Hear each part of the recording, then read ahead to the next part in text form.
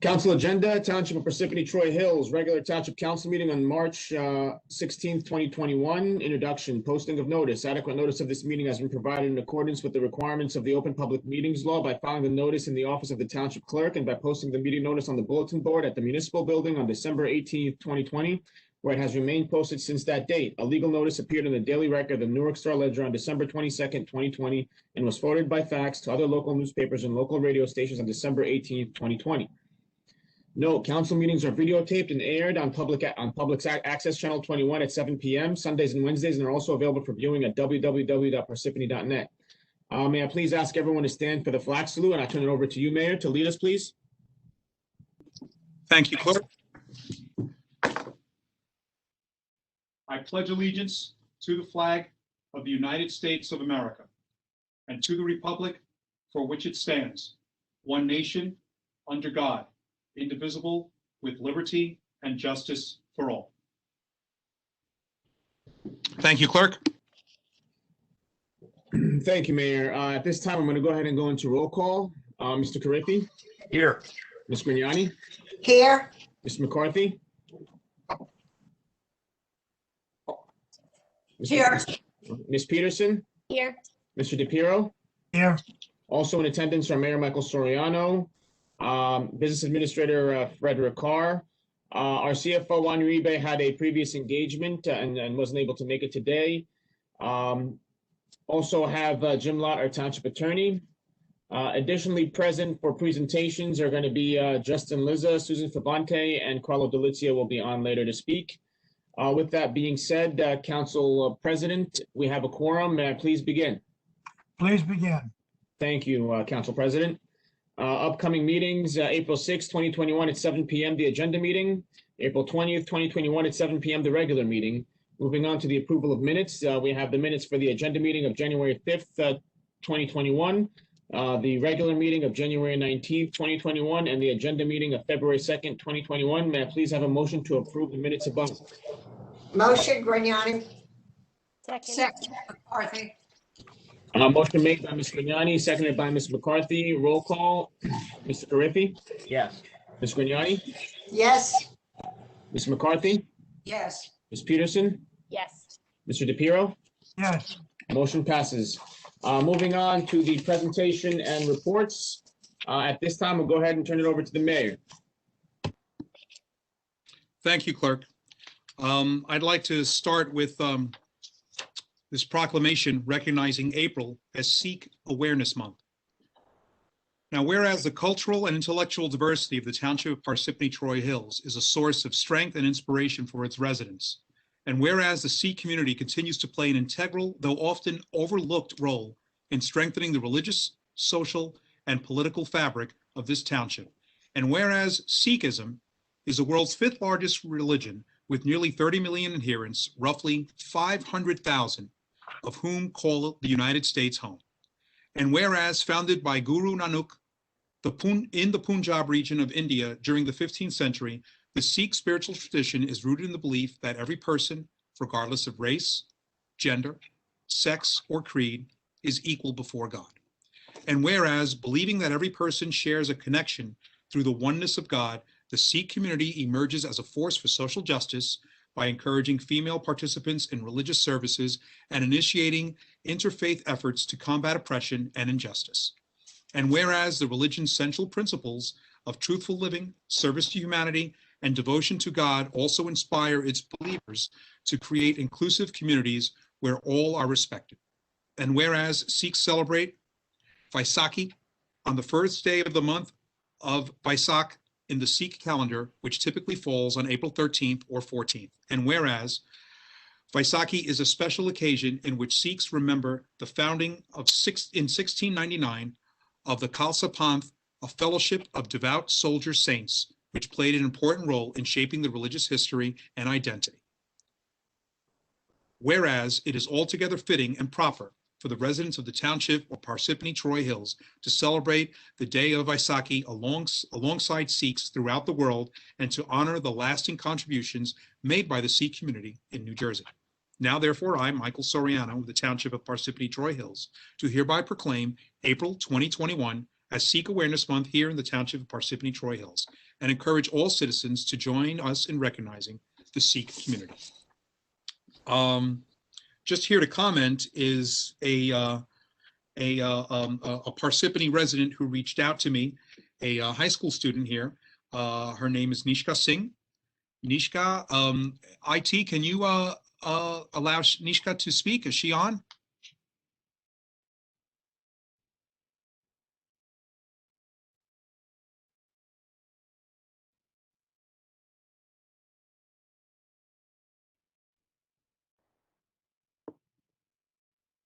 IT, can you hear me?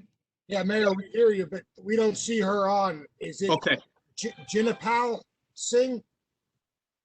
Jinapal Singh? Is that her? I We don't also know. understand Deep Singh. I don't, in the. Hi. The only, it's Nishka Singh. Yep, I'm right here. I'm so Oh, sorry. there she is. I'm so sorry. We had some technical difficulties. That's a common thing for the past 12 months. Nishka, you wanted to say something to the council and to the community? Sure. Thank you all so much for having me. I apologize for the delay. Mayor Soriano, what you've done is truly exceptional, and I want to thank you and your entire team for all of your support in this endeavor. I actually feel so blessed that your town, or our town, works to heal not only the visible cuts, but the more hidden and deeper wounds that afflict our communities. What you've given me, Mayor, is an opportunity and the confidence to do something that is larger than myself, and for that I should be forever grateful. While we watched in horror as the Twin Towers were attacked and shuddered at the cruelty of it all, little did we know that soon we would be called terrorists. The Sikh community, unfortunately, has become the target of hate crimes post 9/11 because of the turbans and unshorn hair. For me to say that Sikhs are not Muslims would imply that it's okay to target Muslims, whereas no faith should be targeted for the actions of a few. I'm here to make our communities aware that Sikhism is as distinct a faith as Christianity or Islam or Hinduism. I want to let you know what's behind the turban, which attracts so much prejudice and more often than not, hatred and fear. I'm here to let you know that behind that turban is compassion and humility and a deep commitment to equality and social justice, which are very much the values of this great country of ours. I also want to let you know that kids like me and younger are bullied at twice the national average, and we have known no other reality. And I believe that education and awareness is the key to tolerance and acceptance. I'm so proud of the Parsippany community because you all have opened doors and hearts and have shown me how beautiful acceptance can be, right from the mayor's office to the Parsippany School District.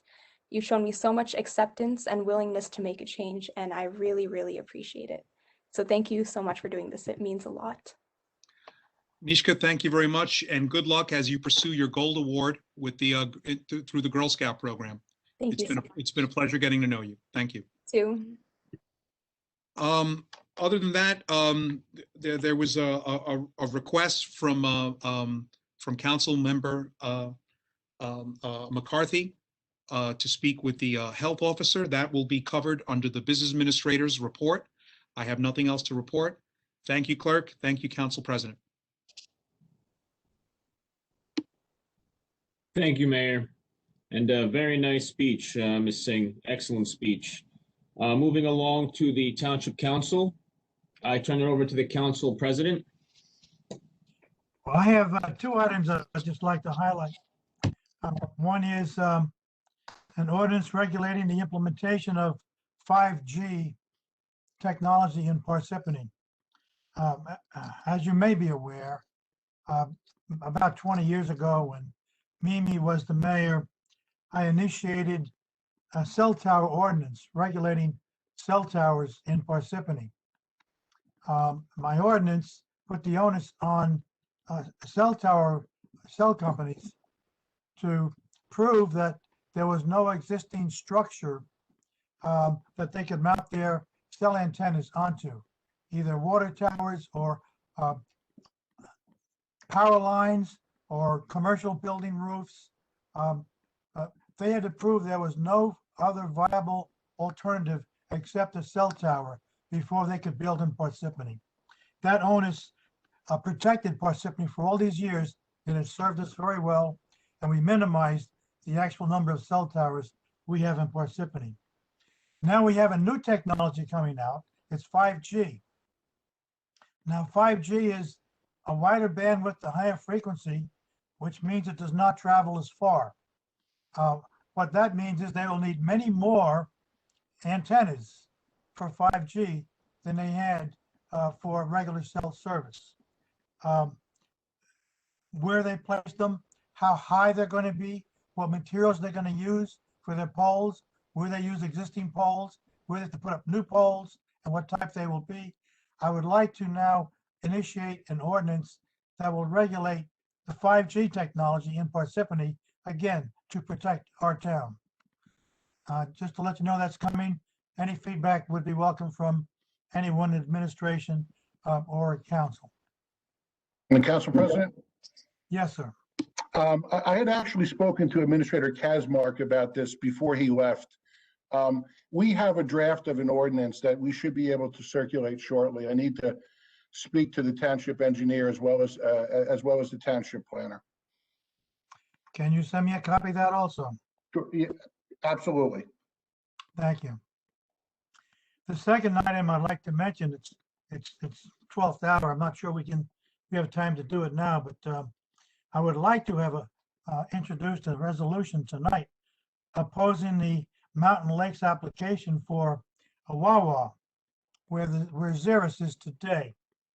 That will be a super Wawa with 16 fueling stations, a 112-room hotel, and they will have access onto Fox Hill Road, right where the exit now is from Xeris, which will hugely impact now Fox Hill Road exit onto Route 46. Anyone from that gas station that wants to go west on 46 will have to come out that little exit and back up the traffic on Fox Hill Road. It's going to be a nightmare. So I will remind you that when the Whole Foods was before the Township Council and Planning Board, Mountain Lakes had no problem coming to our town and telling us what we should do en masse. So our residents in Rainbow Lakes are really upset over this, and I would like to draft a resolution opposing this application on behalf of the residents of Rainbow Lakes. The problem is, I believe the application is going forward Thursday, and I just received this information with all information I need to present a resolution late this afternoon. I haven't had time to draft one. If I can draft one tomorrow morning, can I email it to all the council members, administration, and maybe take accelerated action to meet that Thursday night meeting? Is that possible?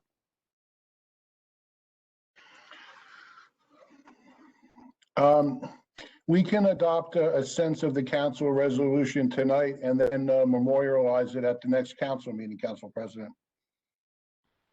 But the meeting is Thursday night. I think the best that we can do is we can adopt the resolution orally tonight, send notification to Mountain Lakes that council has adopted a resolution opposing the application, and then memorialize it more formally at the next meeting. Okay. Jim, how about a letter written by the council and signed by the council? That's what I was, a Sure, letter? Okay. right. Instead of a We could do resolution. that. Well, yeah, we could, get the information to the clerk's office and then Clegg can then sign it for the council members or try to track down the council members and electronically sign it or something like that. Because you're right, we'll never get a resolution in time for Thursday, but I think a letter jointly presented by the council, and if the mayor would like to weigh in, obviously him to sign the opposition thereof and then present that to them as our opposition. Well, if the mayor wants, this can be a joint letter from all of us. That'll be fine. There should be a vote taken to authorize the letter. I was going to ask for that now. I'll make a motion. Can I just ask a question? Jim, what's the impact of this letter on Mountain Lakes? Would that, It just gives our opinion. it's just an That's opinion? That's Is that- correct. Okay, but it doesn't have any impact on their going forward with the project then, does No, it? no, it does not. But what it does, Janice, is it shows the residents of Rainbow Lakes, we care about the quality of life in their community, and we're doing what we can. Oh, absolutely. I just wanted to know if it had any impact on them, going forward. Or if we could ask them to make some changes to how they enter and exit the premises. I looked into that. They're planning to widen, they're gonna have 2 on Fox Hill Road. They're gonna widen it to 3 lanes, 1 coming in and 2 exiting. So the 2 exiting will be a right turn and a left turn, and then 1 entrance coming in. That'll help a little bit, but this is gonna be a 24-hour station and hotel. Wow, That's gonna impact on them severely. yeah. Okay, with regards to the letter, the authorization, at this point, we have a motion authorizing a letter to be signed by all 5 members of the council and the mayor, and I have a motion by Paul. Could I have a second? Second. Who wants to take that one? All right, Loretta, so seconded by Loretta. Motion made by Mr. Carriffy, seconded by Ms. Grignani. Roll call, Mr. Carriffy, Yes. Ms. Grignani, Yes. McCarthy, Yes, Ms. Peterson, Yes. and Mr. DePiero. Yes, So the motion passes for the letter. So at this time, I guess the information will be brought to me from administration with regards to that. I have already the stamps. So we could, as long as I have your authorization, all 5 members, which I'm assuming from the vote, I will go ahead and stamp the letter.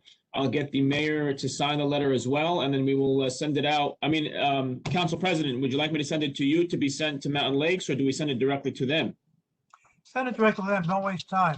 Okay, But I was gonna try to draft something quickly and send it to you tomorrow morning.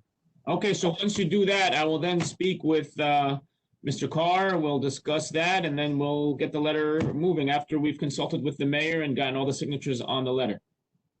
And then Mr. Carr and the mayor, feel free to edit whatever I send over so that you feel it's complete. We'll flesh it out, absolutely. Make it a strong letter. Thank you. No problem. Okay, any other member from council at this time? Okay, seeing no members from council, let's move on to the township attorney, Jim Lott. Good evening. We have 2 presentations tonight. One from Township Planner Susan Favade on the Highlands ordinances that are on for introduction tonight, along with an overview of the referral and exemption process. And then we have a presentation with by the Township engineer on the new DEP stormwater ordinance. And I think we should turn it over to Susan. Great, thank you, Jim. I'm just trying to share my screen. Everyone see the presentation that I have up? Yes. Great. Just gonna minimize that. Okay. I'm going to try to be brief tonight. I only have about a dozen slides, so we can go through these fairly quickly, but we do have essentially 3 ordinances on for first reading. There's 2 that are more significant, and then the third is really just a small tweak to the checklist for planning and zoning board applications. So I'm going to just jump right in. I want to very quickly refresh everyone's memory about kind of where we are in the regional master plan conformance process. We spent a lot of time last year talking about this, and then go through the 2 main ordinances that are before you tonight that are on for first reading. So just a sense of where we are. As you all remember, some years ago, the township did spend a few years going through the Highlands Regional Master Plan conformance process. That process was sort of stalled and then restarted back in 2019. Last summer, we did submit to the Highlands Council an official conformance petition. The Highlands Council held a public hearing in September, asked for some changes. After that public hearing, we did submit a revised petition, excuse me, And then they held a second public hearing in early December on the revised petition where they approved it. Basically, then there was a period which Governor Murphy could have vetoed it that ran through the end of the year. And he did not veto the petition, so it became effective December 31st. And so with that approval, the good news is that the township immediately became eligible for funding under Highlands, and we've actually already submitted at least one grant application for implementation measures. There may be others as well. I know the Green Team is working on some initiatives that they could perhaps get some Highlands funding for. But in terms of Highlands review of land use applications, that actually does not become effective until you adopt the referral ordinance. So there has been this period where we're sort of in Highlands, but it's not yet functioned day to day in terms of land use applications. So that's really what we're here tonight to talk about. And mainly it's the referral ordinance as well as the exemption ordinance. So as I said, there's two main ordinances on the table. The first one is the more significant, it's the referral ordinance. And basically the issue is that, the township or any municipality that opts into the Highlands Regional Master Plan conformance is supposed to update the master plan and applicable land use ordinances to be consistent with the regional master plan. And the Highlands Council recognizes that takes time. You can't just sort of flip a switch. And so in that interim period, before you've been able to update your plan and your ordinances, you can adopt the referral ordinance, which essentially provides for the Highlands Council to take on the review of land use applications strictly for Highlands conformance. So what that does require, the referral ordinance requires that anything that is considered not exempt from Highlands review, and we'll go through what those exemptions are. So any non-exempt planning board or board of adjustment applications have to go to Highlands Council to be reviewed before the application can be determined complete and go through the township's review process. That determination of whether something is exempt or not is made at the township level. It'll be made most likely by myself as township planner, as well as Jen Beely as zoning officer. So that is done at the municipal level, but anything that is not exempt then would go up to Highlands, essentially before it starts the township review process. If Highlands has any comments or conditions that they impose as part of their review, those need to be included in the township's own approvals. So it's made a part of the resolution, whether that's the planning board resolution or the board of adjustment. And as I said, this is basically a stopgap measure. It's meant to just provide that level of Highlands review until the township can adopt its own ordinances. And after that point, the Highlands review will actually be made at the township level, sort of locally. So not all actions are subject to the referral ordinance. There are some that are certainly it's applicable to, and one is residential development of 3 or more units on one single lot. And then a series of sort of more significant major developments, developments that result in 1 acre or more of just land disturbance, cumulative surface area, impervious surface area of 1/4 acre or more, and then certain types of development that tends to, as you can see, create greater potential for environmental impacts, things like landfills, waste transfer facilities, industrial treatment facilities, and then potential contaminant sources. So those types of developments sort of automatically go to Highlands. There are other types of developments that are specifically excluded, and these include reconstruction of lawfully existing structures that are destroyed by storm, fires, natural disasters. Upgrades for ADA compliance are excluded, and then certain minor developments that don't reach a certain threshold. So these are sort of agricultural type developments that don't meet a certain threshold, and then construction of fewer than 3 units on septic systems. Those last 2 are not likely to be applicable to Parsippany, but the first 2 could be in theory. And then there are a series of actions which are also exempt from the referral ordinance. And this is where we'll probably be seeing most actions, most proposals for the planning board or board of adjustment. If they're exempt, they'll be in one of these categories. So single family home construction on a lot that is owned by the same owner that was in effect when the Highlands Act was adopted. Single home construction on an existing lot that's under 1 acre or more of impervious coverage or 1/4 acre.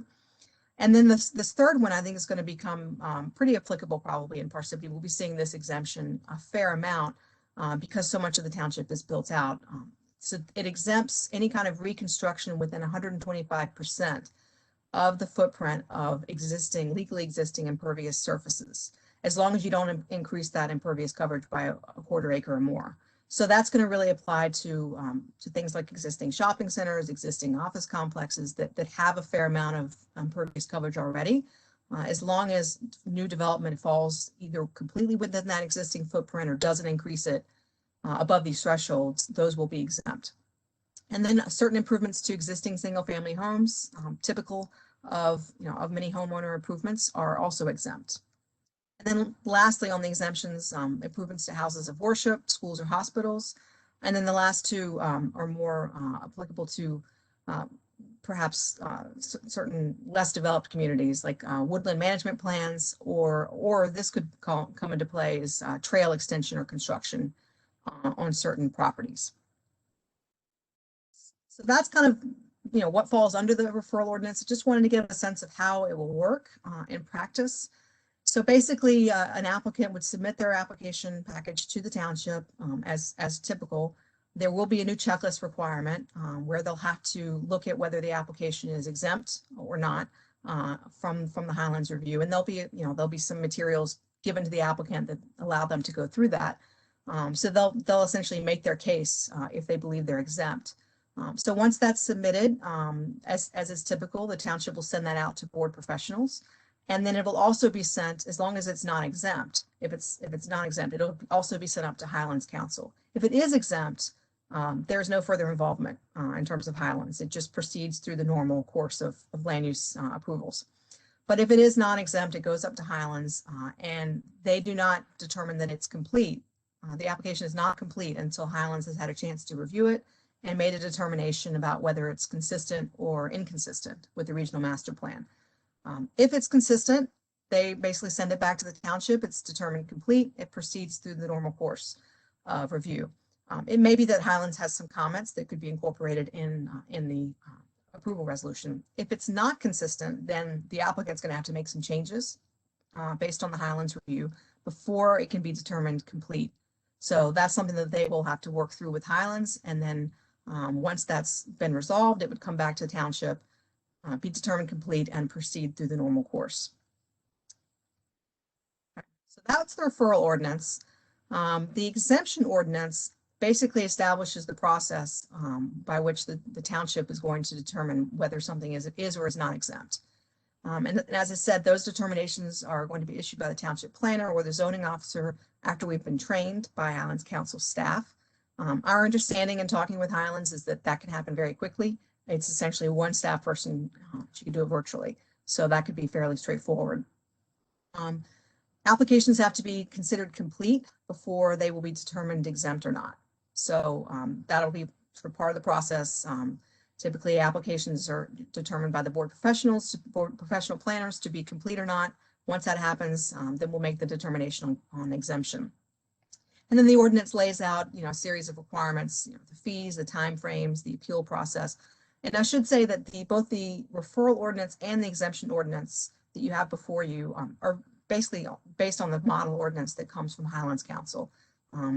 We've worked with Jim Lott and Diane Hickey from Riker Danzig, really going through the ordinance, but it is largely based on the two model ordinances with some modifications for the township. Susan, while you have that up, can I ask you a question on it? Mm-hmm. Yep. The fees portion, do the township's fees have to go up because there's more effort in it? Or does the Highlands Council also implement a fee? That's a good question, Council President. I believe, and Jim may correct me if I'm wrong, we may have to look at the ordinance. I think that this fee is meant to capture the extra work in terms of the exemption. I think Highlands review is captured in its own work. I don't know that they impose application fees for our applicants. I think that that's just part of their job description, essentially. When it comes time for us to do the actual Highlands review at a local level, which will be done after we update the master plan and ordinances, there may need to be a fee increase at that point to account for the additional Highlands review. But I think currently this fee that's part of the exemption ordinance should cover that. Okay, I know we Because try the to, review is happening at the Highlands level and not the township level. okay, I know that we try to base our fees upon the cost, administrative costs Right. it takes to process them, and we can justify the fees that we charge. So Yeah. if this is an increased workload, then we can increase the fees. Is the reason I asked the Yeah. question. Yeah, and I think if that ends up being the case, then, you know, we can track that. We can, you know, work closely with planning staff downstairs and get a sense of, is it becoming an inordinate amount of time for them? You know, is it causing more time for professionals? And certainly try to recoup that. Okay, thank you. Okay. So the final slide, just wanted to give us kind of a bottom line. You know, as I said, the referral ordinance aspect is a temporary measure. It's really just until the township is able to update the ordinances in the master plan, and that might be a year or two. It takes a little bit of time, and we want to make sure that this is put into place immediately so that, you know, these applications can start getting reviewed. But once that does occur, the referral ordinance can be eliminated because that review will be occurring at the municipal level. The exemption ordinance basically creates the exemption mechanism, which will be happening at the township level, whether or not the Highlands review is done at the Highlands Council or in the municipality. So that's going to stay, the exemption ordinance. So we're not going to wait for our 5-year review of the master plan. We're going to move forward with these now. Well, yeah, I don't have a time frame necessarily on updating the master plan. I know that, you know, We try to do it every 5 years. yeah, absolutely, absolutely. It's been almost a year, or just over a year actually, since the plan was adopted. So it could be 5 years. I mean, the sense that we got from Highlands Council is that they feel the master plan is actually pretty consistent with the Highlands Regional Master Plan. So they don't feel that there's a huge rush because the two documents they're not inconsistent with each other. You know, so until I get a better read on specifically what types of amendments might be required by them, there's not a huge rush on that. Okay. And based on our discussions that we've had with Highlands Council, as Susan indicates, the master plan, because it was newly enacted about a year ago, looks like it's in, you know, substantial conformity with the regional master plan. I think the more detailed review that will have to be undertaken will be the rest of the township's development regulations, particularly with, you know, things with respect to steep slopes and impervious cover, right? Stormwater drainage, utility extension. We'll have to take a closer look at those standards as well. Yeah, it's a good point, Jim. I mean, Highlands Council did look at the master plan as part of the conformance process, and they've opined on the fact that it's essentially consistent, but it's all these other land use ordinances, and it makes sense to wait on those a bit as well because you've got a whole new stormwater management package coming online. So Correct, right. This basically just helps us in the interim make sure that someone is reviewing for Highlands, and in the absence of the township until the ordinances are in place, it's Highlands Council. You know, it bears repeating, as Susan said, that the conformance process does not operate as a super zoning control for the township. You know, the purpose of the referral is to ensure consistency with the development application as it relates to the Highlands Regional Master Plan. The rest of the township's you know, development regulations, whether they be zoning or site plan standards, are all maintained. They all have to be complied with. Absolutely. They do not supersede local zoning. Right. And it's also important to note, this point has been made to me multiple times by Highlands staff, that just because an application has to be reviewed by Highlands Council does not mean that the application is dead or stopped. Right. I think the read I got was that has happened exactly once in the entire history of the state of Highlands Review in New Jersey. Basically what they're looking at when they do their review is what is the consistency with the regional master plan, and what is the impact of the project on the applicable resources. So for example, if something is, in Parsippany's case, I think this will be mostly the case, something is previously in a previously developed area, maybe it's near a stream or wetland, but the wetland, it's not pristine. It's perhaps been degraded by past development, they're going to be looking at that in a sense of what is the actual impact on this resource. And, a development, a wetland that's surrounded by development and has been for 50 years is probably going to be looked at a bit differently than Troy Meadows, for example. So it's really just looking at the quality of the resource and the impact of the development on the resource. And generally what they do is they make suggestions for ways to minimize the impact on the resource or otherwise improve the resource. So it's tends to be more of a negotiation is the way that we've been made to understand it. Can I ask one more question? Yeah, go ahead. Wildlife preserves. Mhm. They have rezoned sections of their property, which is not wetlands.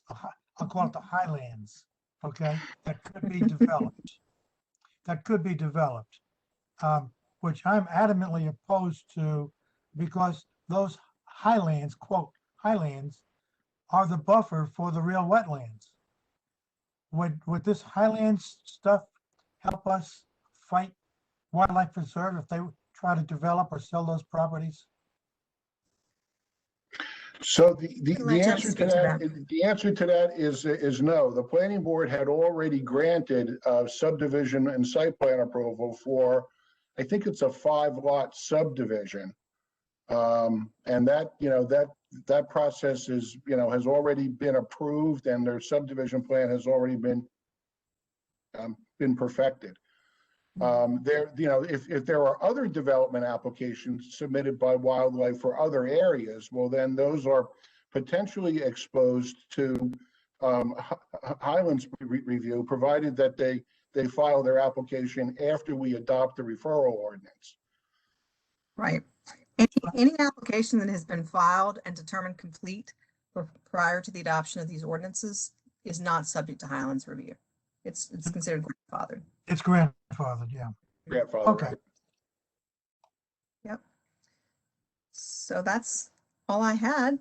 If there are any other questions, and Jim, if you want to jump in if there's anything specific. No, I think that's all I have, Susan. I don't know if council or members of the public have additional questions. I'm all for giving this kind of thing to subject matter experts who provide expert advice back to us to make decisions. I think that's great. Jim, do you want to open up to members of the public for any questions just on this presentation? I think that'd be appropriate, subject to what the council president wants to do. Council President, what would you like to do? That's fine. Open it up. Okay. So what we'll do is right now, we're going to briefly just open up. It's not going to be a public portion, but just some questions specifically directed to this presentation. Let me just look to see if there are any participants.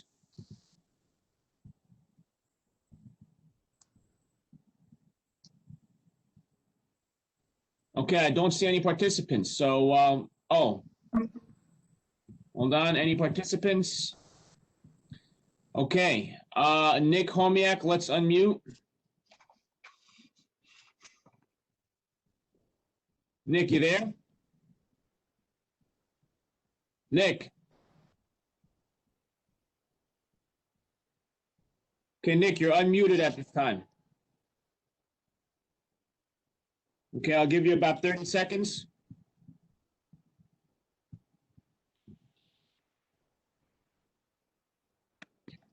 Nick?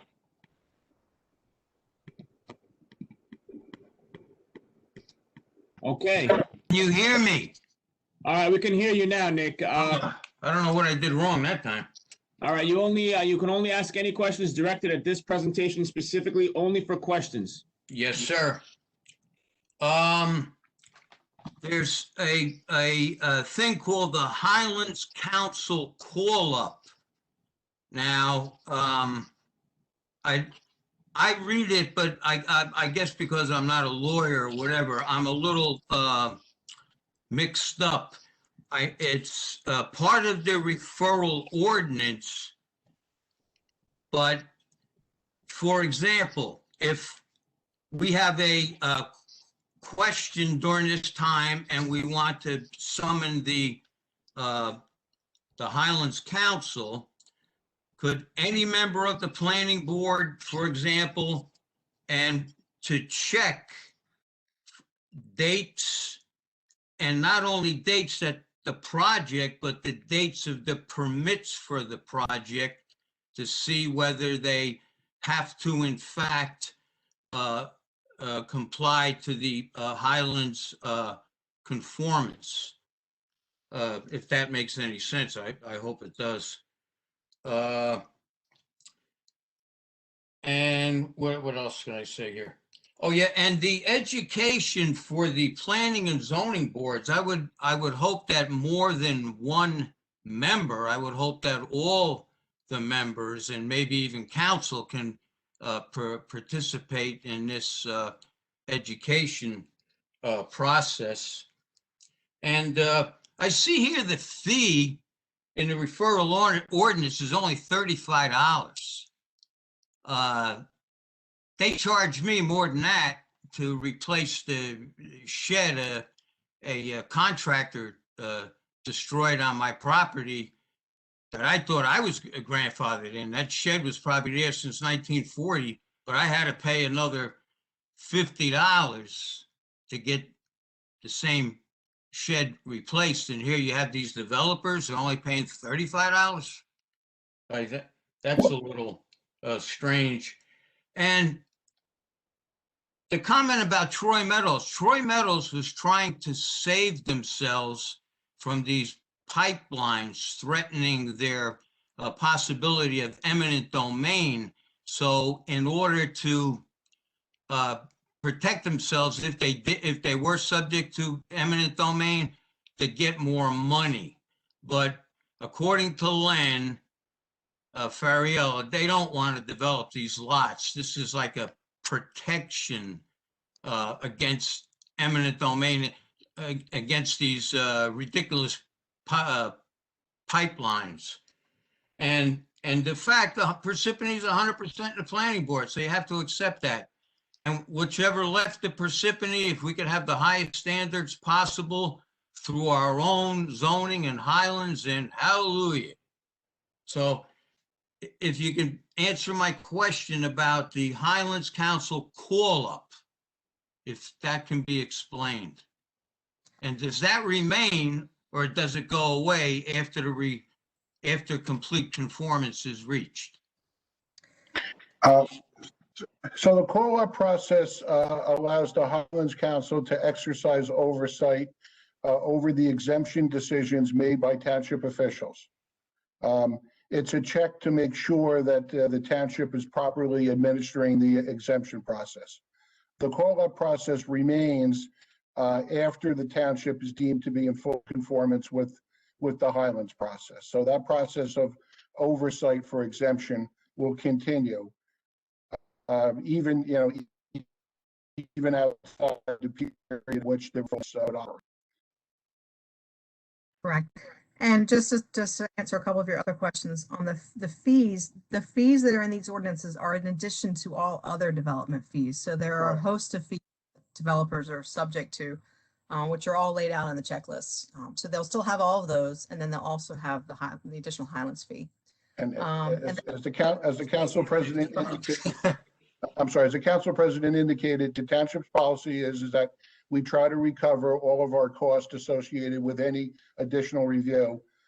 Based on some analysis that we had done preliminarily, we thought $35 would cover the review as it relates to Highlands exemption.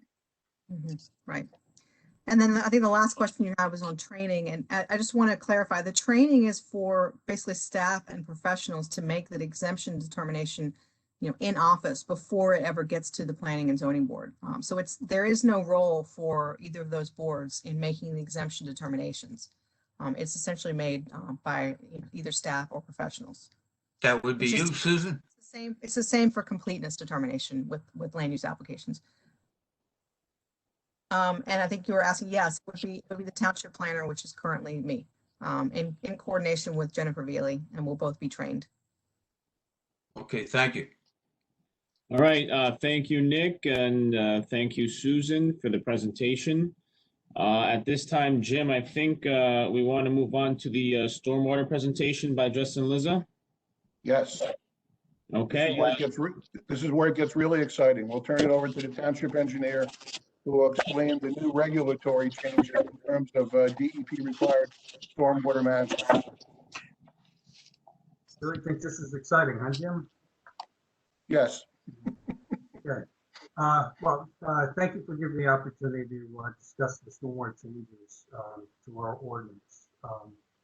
The changes are required to bring our ordinances into compliance with the NJDEP amended stormwater management rules. The DEP's amendments focus on incorporating non-structural stormwater management strategies, which are there to achieve stormwater recharge, runoff quality, and runoff quantity standards.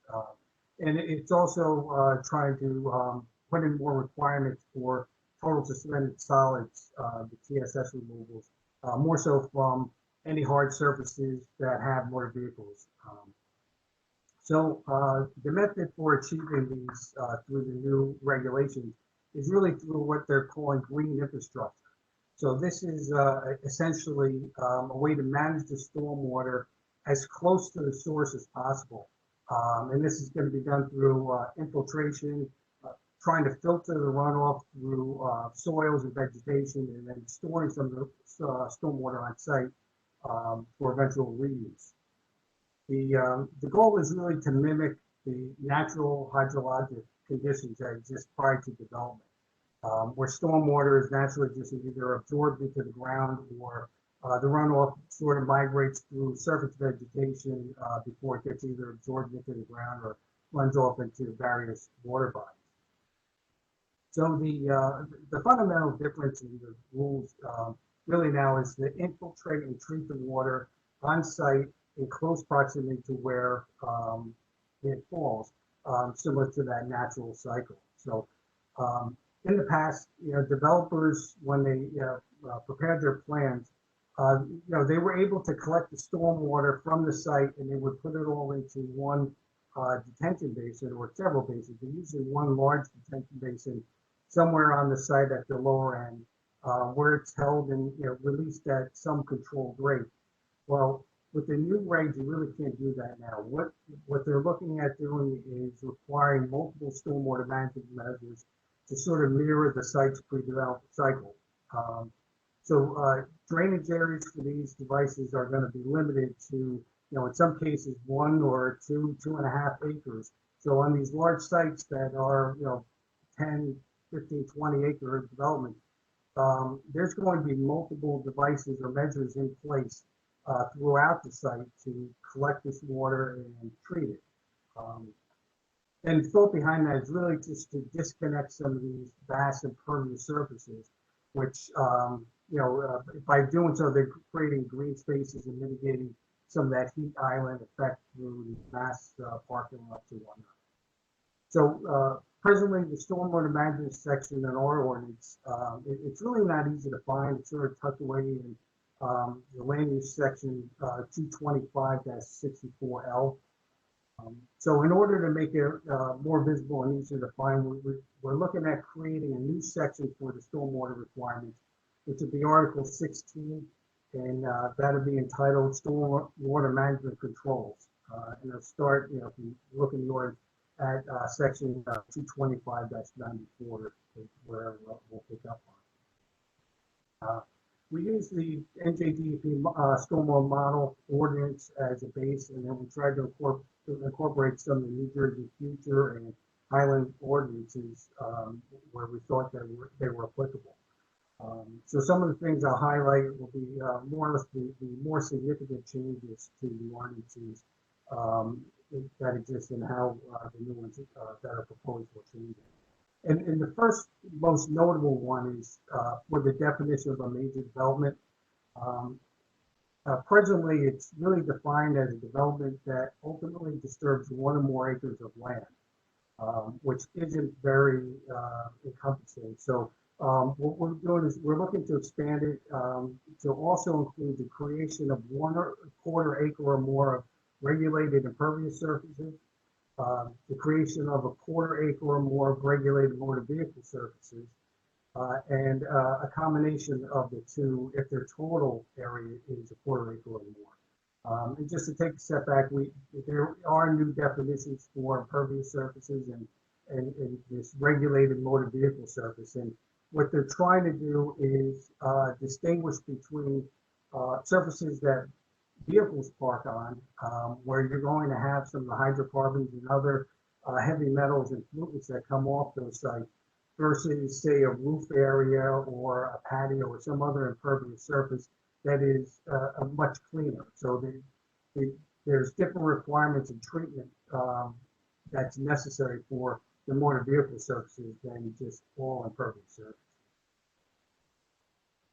This change is also going to significantly tighten up the stormwater regulations because it's going to identify more projects as major developments, which now will make them incorporate this green infrastructure and follow the best management practices manual more closely. Presently, any project or development that does not meet this criteria as a major development doesn't need to provide any stormwater management at all. So it's a big loophole in the present ordinances. It's a big concern for us because there is a huge volume of stormwater runoff right now being released from these sites that's just untreated and uncontrolled in any way. So it's an issue that we wanted to close that gap. And in doing so, what we're looking to do is create a new requirement for minor developments. And that'll be for any project that increases impervious area by more than 400 square feet or disturbs over 5,000 square feet of land. So these minor developments will require the incorporation of some green infrastructure improvements. We're going to be looking to have them infiltrate the runoff and provide some method of water quality improvements to help mitigate those effects. Some of the other notable changes will be to ensure long-term functionality of the stormwater measures that are being implemented.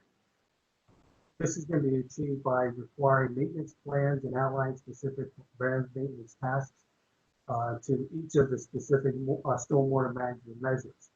And plans will need to be recorded then at the Morris County Clerk's office. So there's going to be a document that will run with that land regardless of who may own it or if there's a transfer of that type. This requirement not only mandates regular inspections and corrective actions of the plan, but also requires them to submit their inspection reports and logs to my office annually. So not only is there an obligation on their end, but there's a reporting component of that, which will come to us. So we'll make sure that all these sites are being inspected, the corrective maintenance is being done. We can follow up if we see that other corrective actions will be. So that's in a nutshell the bulk of the stormwater requirements and some of the changes. These proposed ordinance changes are going to incorporate all the requirements of the DEP regulations as well as New Jersey Future and some of the Highland ordinance suggestions or requirements. So we believe these changes are a step in the right direction in preventing the pollution and will go a long way to reducing flooding.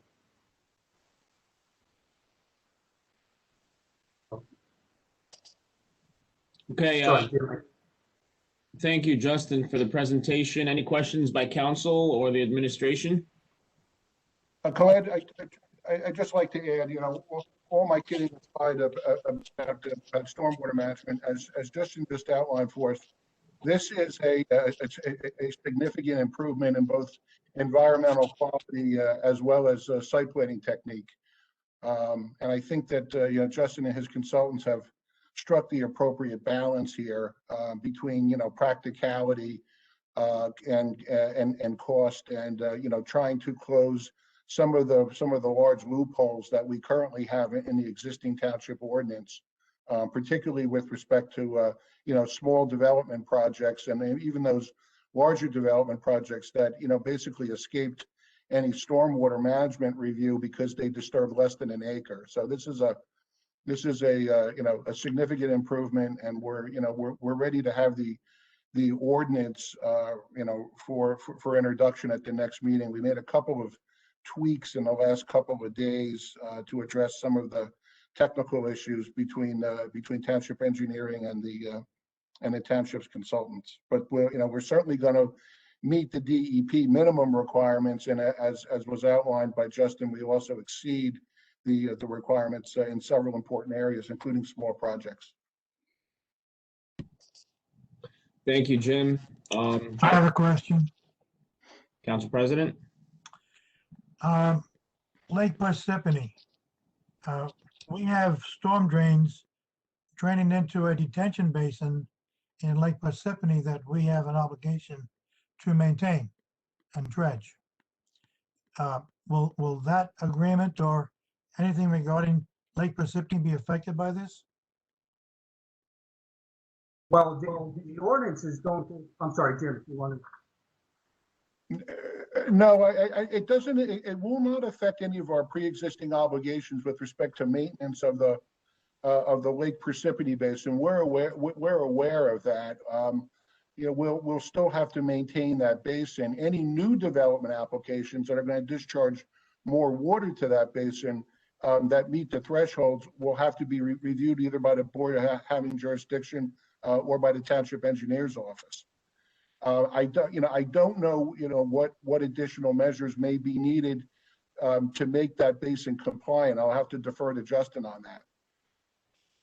Well, one of the claims from several of the officers over the years from the LPPOA has been that 287 drains water, untreated water, into that lake, and the state has done nothing to correct that. That claim, I've heard that for many years. I didn't know how we should, if we could address it.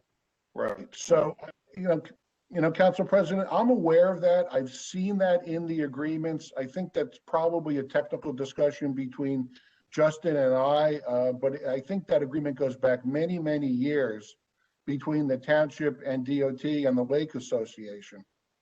But I think you're correct in your statement that there is stormwater from the state highway system that does end up in that basin that the township maintains. Jim, you're right. The water does come off of actually Route 80, not 287, into the lake. The latest improvements that they made about 8 years ago on the 287 Route 80 entrance ramps did require them to put manufactured treatment devices in to help filter some of the water and pollutants out of it before it discharges into the lake. So there are some measures in place with that recent construction, but a lot of it does run from the highways through our storm system into the lake. We do regularly maintain the sediment traps in the lakes, or in the lake. There are actually 4 or 5 of them we maintain. And matter of fact, we have a contractor working on it now.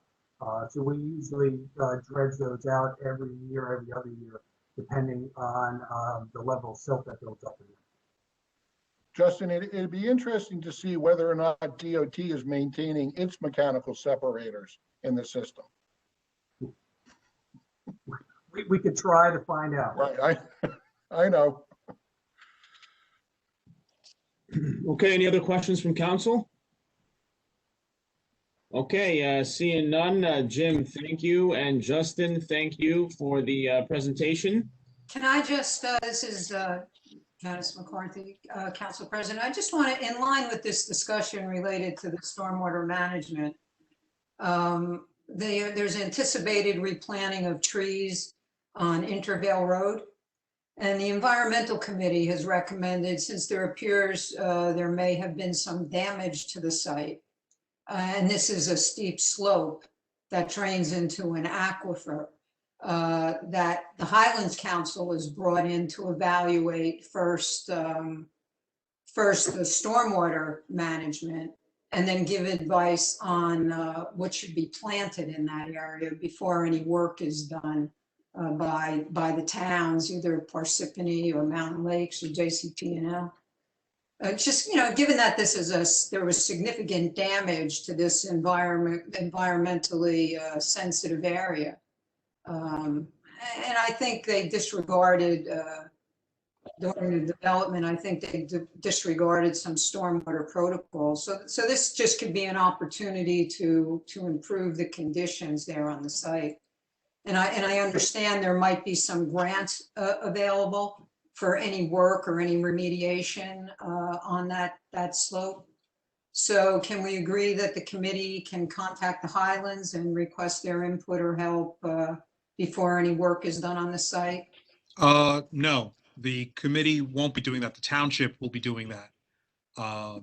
The committee, however, is going to be needed continually for their advice and counsel on this. And just understand that right now, at least the way we're looking at it from the township, we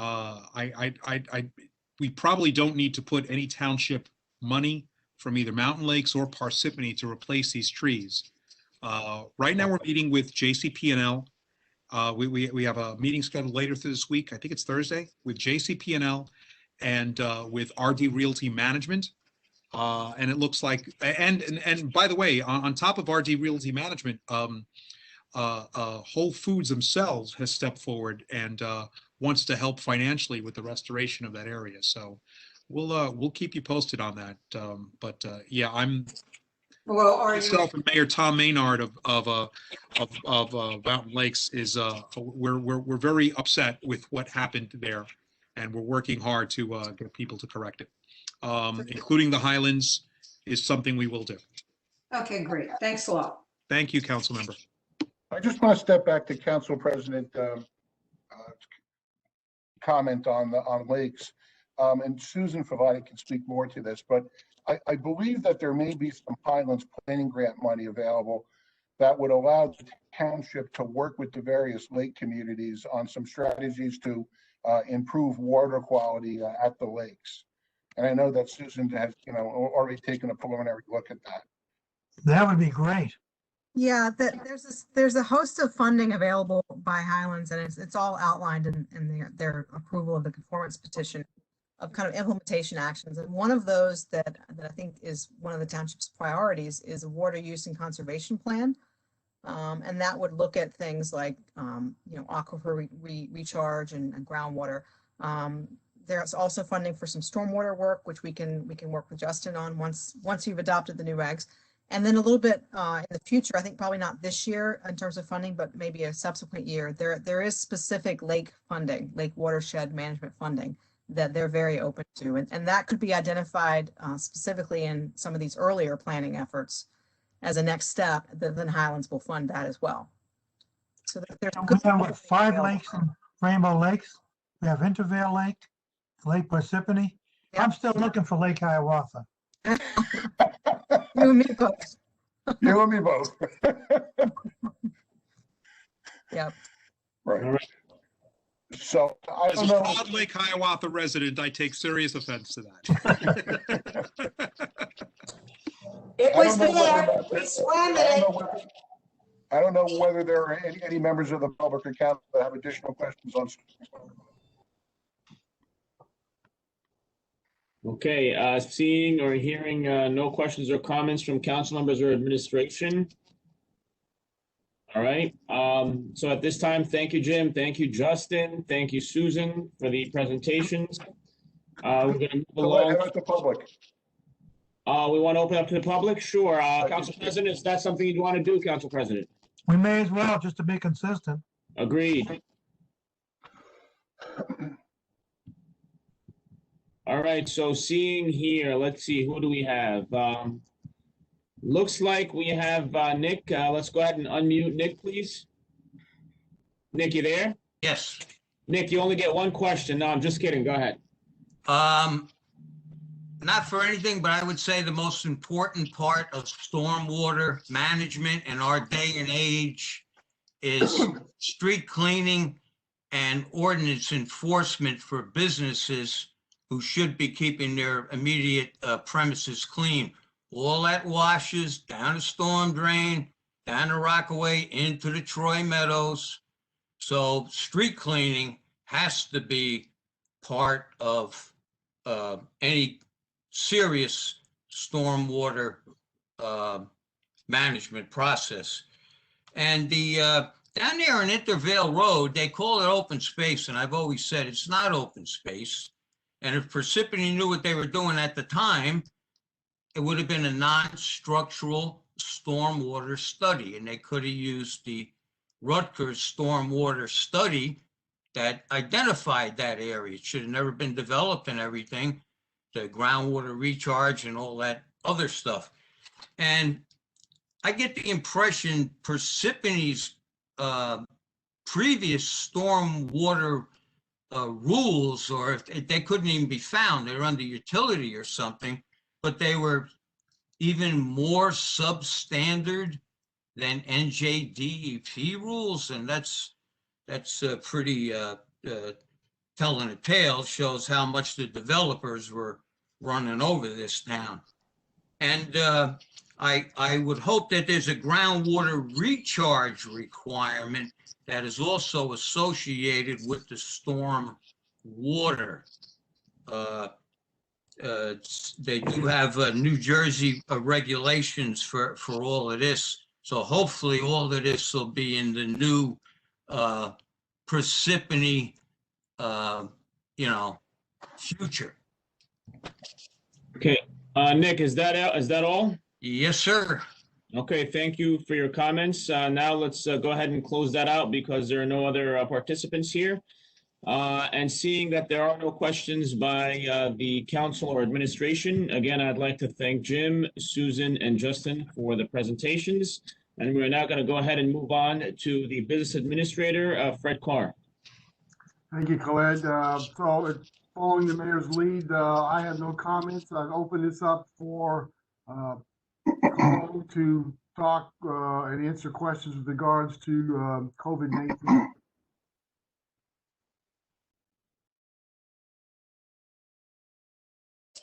Okay, I asked for some discussion on this because it's my understanding that cases in Morris County are extremely high over the past 2 weeks, and also that the test positivity rates are high. And there's concern that the cases have been undercounted. So is there any information on why the cases are so high in Morris County as opposed to the surrounding counties of Sussex and Passaic? And what's being done to bring it under control? Hi, everyone. It's Carlo Delizia. Everyone hear me?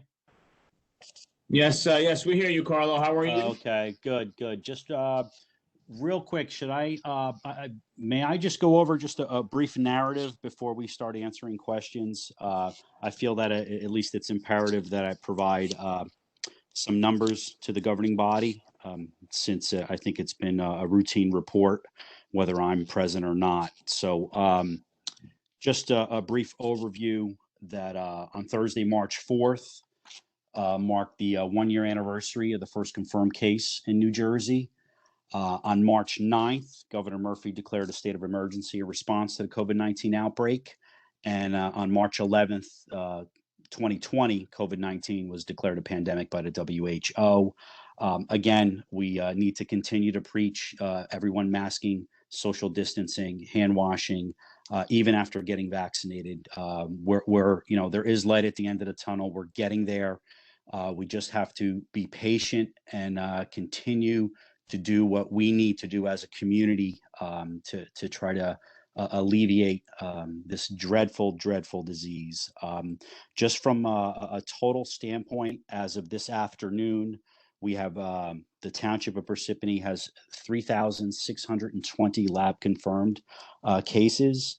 There are 3,607 closed cases, and with 13 that are still open. We have reviewed, since the beginning of the pandemic, 28,925 laboratory reports. Those are the negative reports. And unfortunately, our death toll is up to 102 lab confirmed fatalities. In reference to Council Person McCarthy's request or inquiry regarding positive cases, I'm actually looking at the activity timeline level, and that's on the COVID-19 information hub.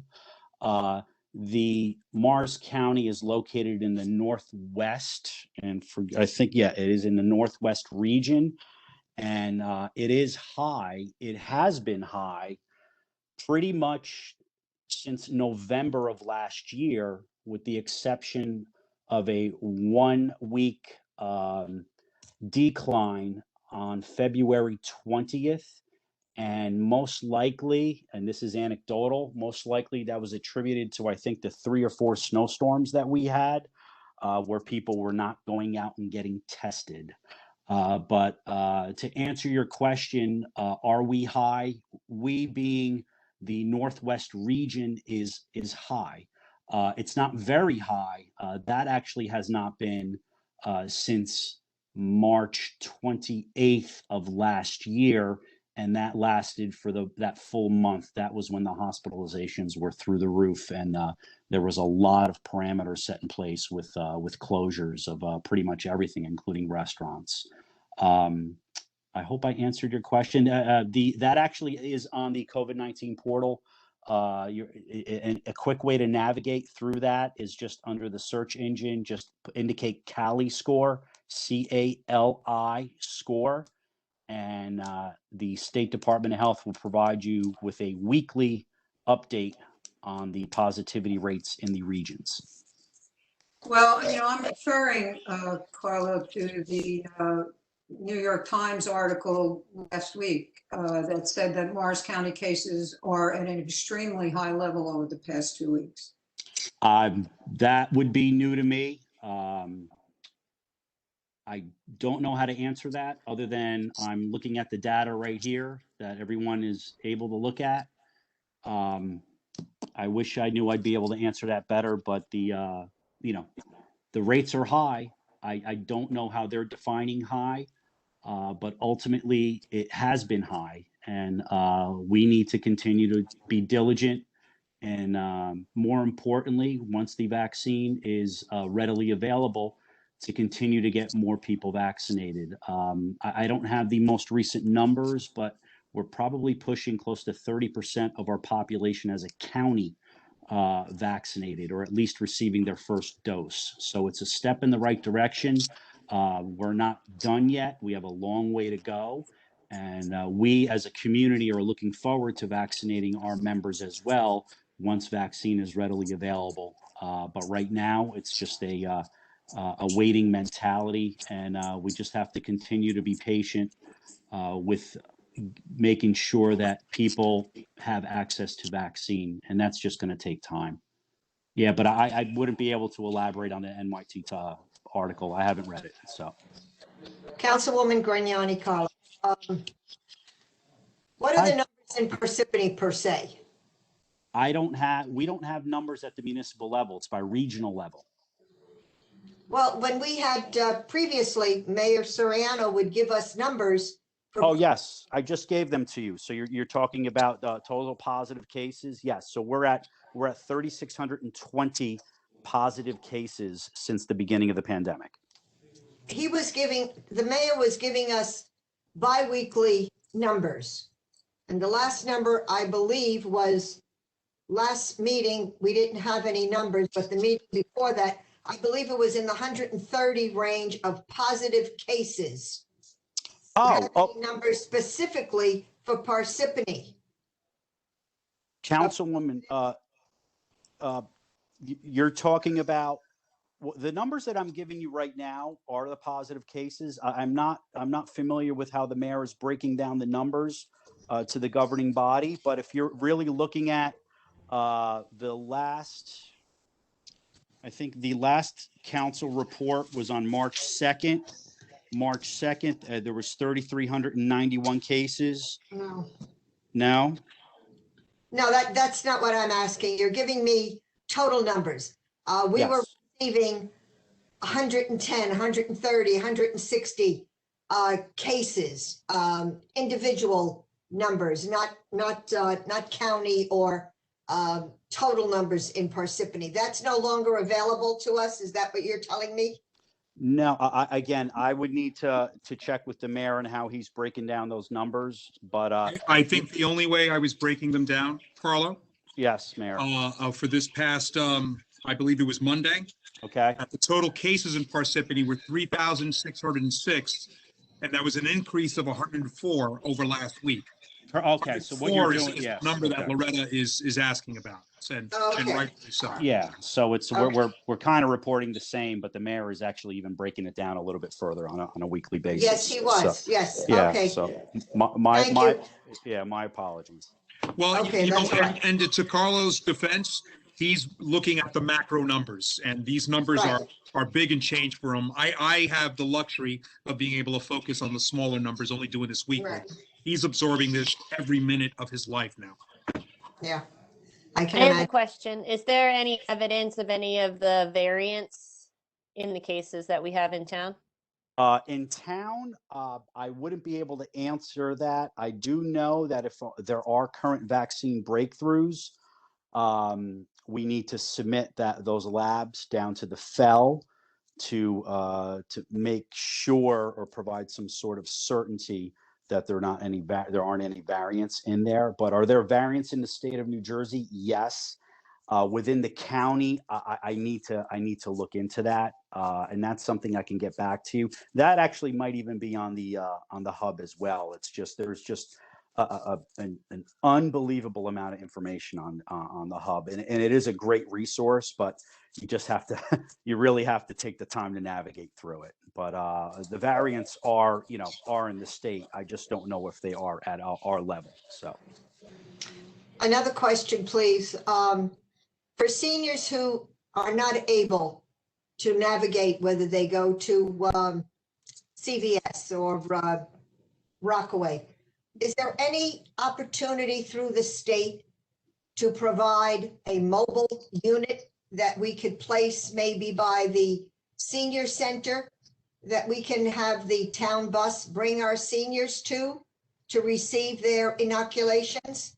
Has that come up at all in any of the discussions to assist our seniors, or no? we do have plans to have a mass vaccination clinic for our residents.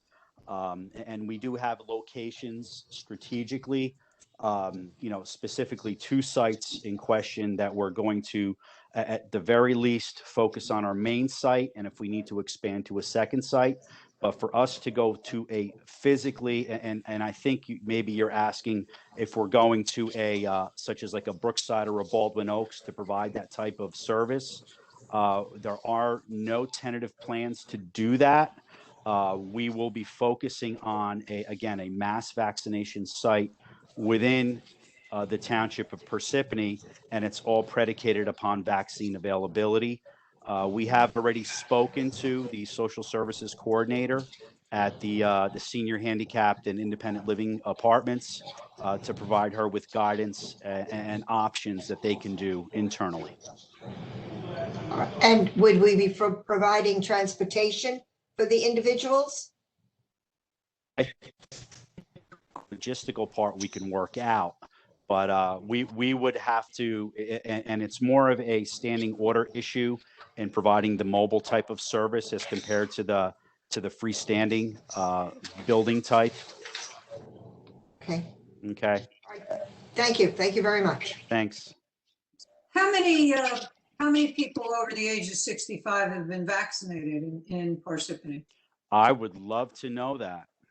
I really would. I wish I could have that information. That might be the $1 million question. I really don't know, Councilwoman.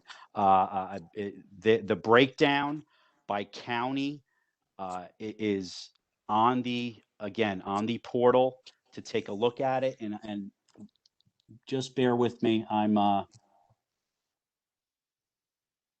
I'm going to have to get back to you, and I really don't even know if I'm going to be able to give you a definitive answer on that. So my apologies. This is going to take a little bit more research. You know, what I don't Okay. understand is that this was the 80% of the deaths occur in 65 and older. And they keep adding groups to this prior, and we can't seem to manage to vaccinate the most vulnerable group in our community. And there's no Yeah. outreach to get that done. I just don't understand that, so. And I echo your frustration too. But ultimately it is there's just not enough vaccine available for everybody. Technically, I think as of the other day, a little over half of the population qualifies, to get vaccinated. But, federally, we're only allocated about 70,000 doses a week. I know they are ramping that up at the federal level. But we all have to be mindful that this is a global issue, and in a perfect world, I would love to run our own clinics, and we will, but it's just a matter of time right now. We're trying to continue to preach patience, and then I understand people's the residents' frustrations.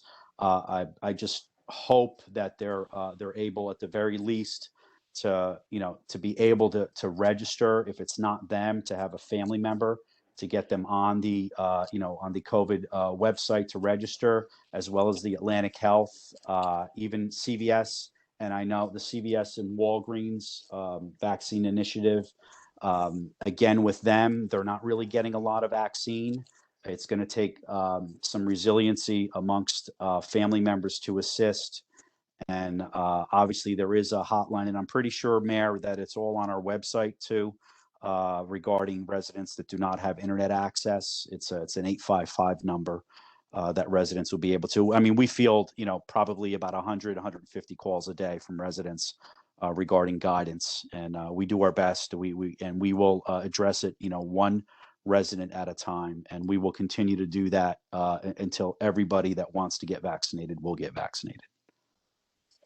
Well, you're saying then that when they call the town or they call the health department, that you provide some assistance in getting them scheduled for an appointment? Or give them We only provide them with the appropriate phone numbers and websites. But again, if they don't have internet access, what we usually do is, ask them if they have a family member that has internet access and have them call us. And then we can give them the appropriate websites, and which are also on our town website as well. And the appropriate call numbers, the phone numbers that the state will be able to assist. Okay, so there's no assistance provided to them other than giving them the phone numbers and sites, right? Correct. I hope I would have better news to say. We're running our clinics, and please, by all means, everybody call and we can register them for our clinic. But, I just don't know when that's going to be. I wish sooner than later, but unfortunately, it's just a waiting game now. Okay, any other questions from council or administration? Okay, seeing none, thank you, Carlo, for your time. You have a great night. Good seeing everyone. Thanks for your support. Thank you. Okay, moving along to the township clerk. I just have a very quick report regarding elections. As everyone knows, there's going to be an upcoming primary election. With that being said, we have petitions that will be due. Petitions are due to the municipal clerk's office by April 5th, no later than 4 p.m. And the petitions for mayor, council, or county committee will all be due at that time. You can go to the county clerk's website to see the required number of signatures for either council or mayor, or for county committee. Or if you have questions, you can either contact my office or the county clerk's office. That concludes my report. Moving along to the township offices and committee reports. Do we have anything? Okay, seeing none, moving along to correspondence. There are no correspondence. So going over to bids taken March 10th, 2021, the 2021 road resurfacing curb and sidewalk program. March 11th, 2021, repair of 7 Parsippany-Troy Hills bridges. March 18th, 2021, Baldwin Road sanitary sewer modifications. To be taken March 17th, 2021, furnishing and installing 2 self-standing waterproof Alatux Pergo lower systems for Knoll West Country Club. March 19th, 2021, 1 new 2021 Type 1 Ford F-450 4x4 ambulance for the EMS squad. 414, April 14th, 2021, Smith Baldwin House Phase 3 rehabilitation. Quotation, proposals, qualifications, none. Moving on to the public hearing. At this time, I'd like to entertain a motion to open up the public hearing, please. Motion, second, Motion made by Mr. Carriffy, seconded by Ms. Peterson. Roll call, Mr. Carriffy. Yes. Ms. Grignani? Yes, Ms. McCarthy? Ms. McCarthy? Yes, Ms. Peterson? yes. Mr. DePiero? yes, Okay, thank you. At this time, we're going to go ahead and open the floor. I'm going to go ahead and look at participants. For the participants, please remember, you will have 5 minutes to have any questions, comments for the administration or the council. It will not be a question and answer session. You will ask your questions or make your comments. You will then be muted, and then the council or administration will have an opportunity to respond. With that being said, let's go ahead and open up the floor. We have a Mr. Bob Venezia. Let's go ahead and unmute Bob, please. Hi, Bob Venezia, 102 Brooklawn Drive. I'd like to follow up on a question that I asked at the last council meeting, and that is, where do Parsippany's water and sewer rates rank among the 39 municipalities in Morris County? When the discussions about the utility rate increases were taking place, the council and the administration were quick to point out that Parsippany's rates were among the lowest in the county. Now that the 39% increases have been passed, I believe that residents have a right to know where our rates stand now. Thank you. Okay, thank you, Bob, for your question. Let's go ahead and mute Bob. Turn this over to the council and administration. So Bob, this is Fred. So during our rate presentation, so the proposed 220 residential water rate for, when we implemented the 39% left us at the third lowest water rate in the county, and the sewer rate was in the lower half of the other municipalities sampled. We did a sampling of them, but we didn't do all of Morris County. Okay, thank you, Fred. Moving along, I see that we have a Nick Homiak with his hand up. Let's go ahead and unmute Nick. You can hear me, right? Yes, Nick, how you doing? Okay. In all due respects to the Seek Awareness Month, April is Parkinson's Awareness Month. And I recently heard an interview from 3 doctors who published a book in March of 2020, and it's called Ending Parkinson's. And they're finding out through decades of study that this disease is related to environmental factors such as TCE, which is the chemical for cleaning circuit boards and various things, and believe it or not, to pesticides. So we do, I know for a fact they were using pesticides at an old golf, and hopefully this golf-friendly thing will end all that. To get back to the Highlands, there's a list of major and minor potential contamination sources. And number 11, believe it or not, is, I believe it's minor, is a graveyard. But I don't see golf courses. And in the lecture on Parkinson's disease, there was a section, and it's in the book, on golf courses and the relation to Parkinson's disease. So I found that very interesting, and anything that can be done to ban, restrict, never use again any of these chemicals like Roundup or anything in the municipal workforce should be seriously considered. What else? I notice when I walk around in the winter, it's the same thing, and I've been bringing this up for years. When you pass Knoll Road, past Knoll Gardens, that parallels the golf course, a lot of that litter that gets into our public spaces is coming from those dumpsters, and the dumpsters need enclosures. And the practices, not only at Knoll Gardens, but all apartment complexes are notorious. They have very poor or non-existent source separation disciplines, and there is no enforcement. No one enforces these rules.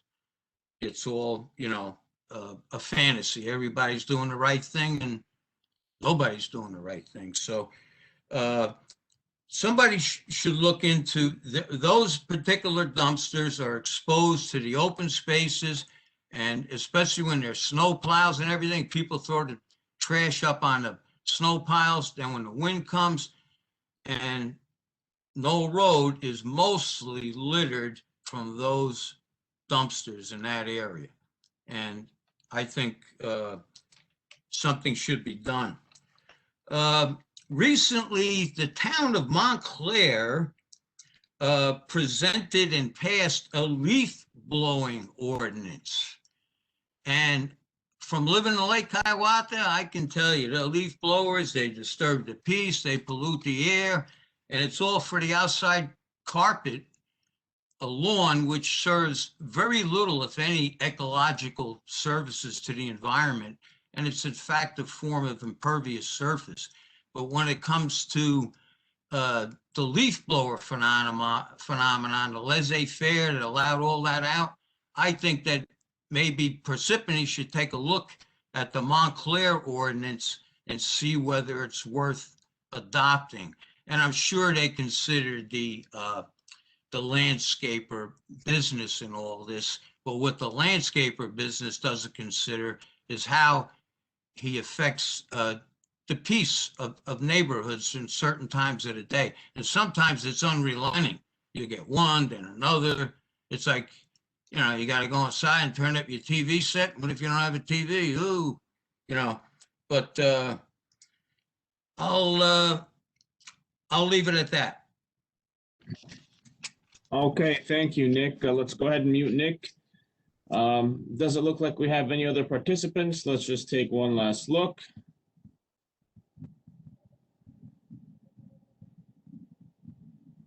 Okay, seeing no other participants, can I please entertain a motion to close the public hearing? Take a motion. Second, Grignani. Motion made by Mr. Carriffy, seconded by Ms. Grignani. Roll call, Mr. Carriffy. Yes. Ms. Grignani? Yes. Ms. McCarthy? Yes. Ms. Peterson? Yes. Mr. DePiero? Yes. Okay, moving along to ordinances. Introduction. Ordinance 2021-05, creating new Chapter 205 Highlands Regional Master Plan Requirements, Article 1, Highlands Referral Ordinance. Ordinance 2021-06, amending Chapter 205 Highlands Regional Master Plan Requirements to establish the Highlands Area Exemption Ordinance. Ordinance 2021-07, amending 225 Attachment 1, Application Checklist, General Requirements for All Development Applications, Appendix A. Be it resolved that the above ordinances be introduced, read by title, and passed on first reading at a meeting of the Township Council of the Township Parsippany-Troy Hills held on March 16, 2021, and that said ordinances be further considered for second reading and final passage at the meeting to be held on April 20th, 2021 at 7 p.m. prevailing time or soon thereafter, as the matter may be reached at the municipal building in said township, at which time all persons interested shall be given an opportunity to be heard concerning the said ordinances. Be further resolved that the clerk be authorized and directed to advertise said ordinances with the notices of introduction thereof being published in the official newspaper according to law. Motion to approve the above resolution for ordinance 2021-05. Motion. Second, McCarthy. Motion made by Mr. Carriffy, seconded by Ms. McCarthy. Roll call, Mr. Carriffy. Yes. Ms. Grignani? Yes. Ms. McCarthy? Yes. Ms. Peterson? Yes. Mr. DePiero? Yes. Okay, can I get a motion to approve the above resolution for ordinance 2021-06? Motion. Second, Grignani. Motion made by Mr. Carriffy, seconded by Ms. Grignani. Roll call, Mr. Carriffy. Yes. Ms. Grignani? Yes. McCarthy? Yes. Ms. Peterson? Yes. And Mr. DePiero? Yes. Okay, and can I get a last motion to approve the above resolution for ordinance 2021-07, please? Motion, McCarthy. Second. Motion made by Ms. McCarthy, seconded by Mr. Carriffy. Roll call, Mr. Carriffy. Yes. Ms. Grignani? Yes. Ms. McCarthy? Yes. Peterson, Yes. Mr. DePiero. yes, Okay, motion passes. Moving along to the second reading and public hearing. Ordinance 2021-02, approving an easement agreement with Foxfront Developers LLC to allow the township to own, operate, and maintain certain sewer line facilities and a sewer pump station. Ordinance 2021-03, amending Chapter 405, Vehicles and Traffic, Section 23, Stop Intersections of the Township Code. Ordinance 2021-04, approving an easement agreement with Pudding Stone Developers LLC to allow the township to own, operate, and maintain certain sewer line facilities and a sewer pump station. The notices for ordinance number 2021-02 and 2021-04 were published in the Daily Record. 2021-02 through 2021-04 were published in the Daily Record, the official newspaper of the Township, Parsippany-Troy Hills, on February 22nd, 2021. The notice for ordinances 2020-03 was published in Daily Record on February 24th, 2021. The ordinances were introduced at February 16th, 2021 regular meeting. Motion to accept ordinances 2021-02, 2021-03, and 2021-04 be heard in their second and final reading. Motion. Motion made by Mr. Carriffy, seconded by Ms. Peterson. Roll call, Mr. Carriffy, Yes. Ms. Grignani, yes, Ms. McCarthy, yes, Ms. Peterson, Yes. Mr. DePiero. yes, Okay, we have a public hearing. The motion to open the public hearing for ordinances 2021-02, 2021-03, and 2021-04. motion, Second. Motion made by Ms. Grignani, seconded by Mr. Carriffy. Roll call, Mr. Carriffy, Yes. Ms. Grignani, yes, Ms. McCarthy, yes, Ms. Peterson, Yes. Mr. DePiero. yes. Okay, at this time, the floor is open for residents on only those three ordinances. Let's go ahead and take a look to see if we have anyone that would like to comment. Okay, looks like Nick Homiak's hand is up, so let's go ahead and unmute Nick, please. Yes, the question would be, this easement, why wasn't it there to begin with if it's a public water source? And does the town now own it? And did they get it with, did they have to pay for it, or was it eminent domain? I guess that's the only curiosity I have about this. Okay, thank you, Nick. Let's go ahead and mute Nick. Turn that over to the administration or council. Okay, The Council President? go ahead, Jim. Yeah, the developer was required to make dedication, and he's offered dedication. We have to accept the dedication by ordinance. And once we accept the dedication by ordinance, the township has the responsibility to own and operate the sewer lines in those designated easement areas. Thank you, Jim. Okay, seeing no one else here, any questions on those three ordinances? Let's go ahead. I'd like to entertain a motion to close the public hearing for ordinance 2021-02, 2021-03, and 2021-04, please. motion, Grignani, Second. Motion made by Ms. Grignani, seconded by Mr. Carriffy. Roll call, Mr. Carriffy, Yes. Ms. Grignani, yes, Mr. McCarthy, yes, Ms. Peterson, Yes. Mr. DePiero. Yes, Okay, whereas the above ordinances were read in title on second reading and a hearing held thereon, now therefore be it resolved that said ordinances be passed on final reading and that notices of final passage of said ordinances be published in the newspaper according to law. Can I please have a motion to approve the above resolution for ordinance number 2021-02? Motion. second, Motion made by Mr. Carriffy, seconded by Ms. Grignani. Roll call, Mr. Carriffy, Yes. Ms. Grignani, yes, McCarthy, yes, Ms. Peterson, Mr. DePiero. yes, And passes. Can I have a motion to approve resolution for the above ordinance of 2021-03, please? motion, Motion. Second. Motion made by Ms. McCarthy, seconded by Ms. Peterson. Roll call. Mr. Carriffy, Yes. Ms. Grignani, yes, Ms. McCarthy, yes, Peterson, Yes. Mr. DePiero. yes, Motion passes. Could I please have a motion to approve the resolution for the above ordinance of 2021-04, please? Motion. motion, second, Grignani, All right, motion made by Ms. Peterson, seconded by Ms. Grignani. Roll call. Mr. Carriffy? Yes. Ms. Grignani? Yes. Ms. McCarthy? Yes. Ms. Peterson? Yes. Mr. DePiero? Yes. Okay, moving on to the non-consent agenda. Resolutions R 2021-58, authorizing the release of $200,000 from the Township's Affordable Housing Trust Fund to community options for purchase of a group home for the special needs population located at 12 Ferncliff Road. Motion to approve the above resolution, please. Motion, Grignani. Second. Motion made by Ms. Grignani, seconded by Ms. Peterson. Roll call. I have a question first. Absolutely. Discussion. Go ahead, Council President.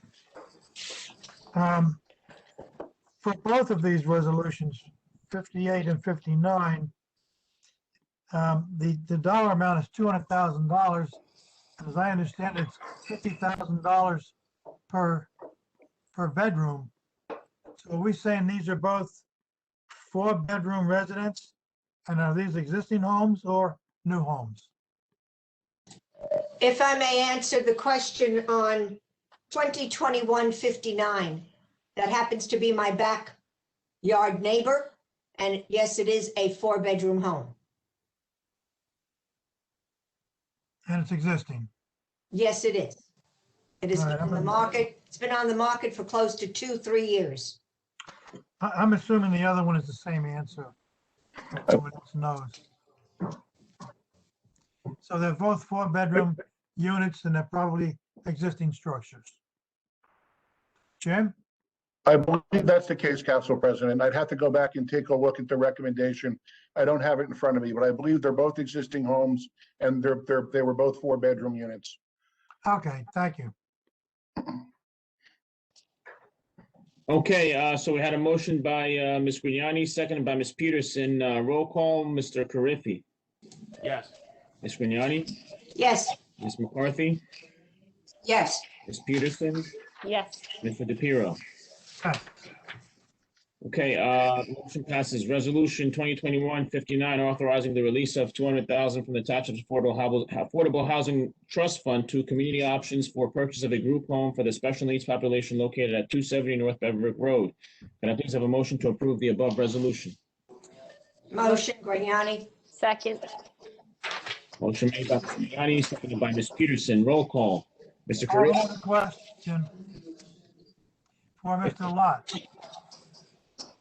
Do we get low-income housing credits for these?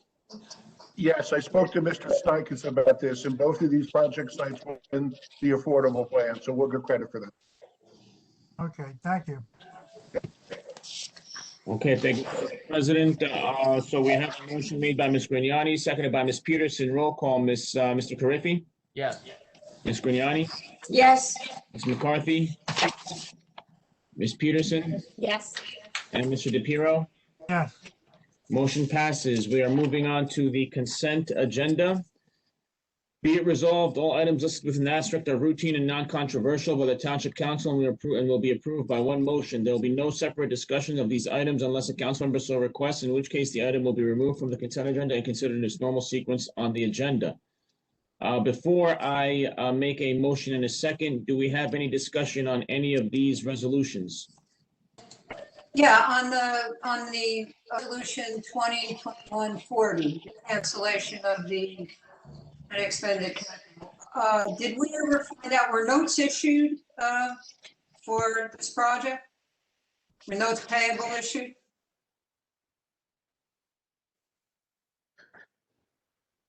Juan, are you out there or did you get bumped again? Juan was unable to attend tonight. That's right, I remember that now. So what we have here, Councilwoman, if everybody can hear me, is that the ordinance 2019-11 was partially funded in 2019 in the amount of $6 million for various capital improvements. The appropriation for the cricket field included improvements to other facilities. During the refinancing that we did last November, the above amount was refunded and made part of a new issuance for $7 million. Again, this amount was issued for various capital improvements or the original funding.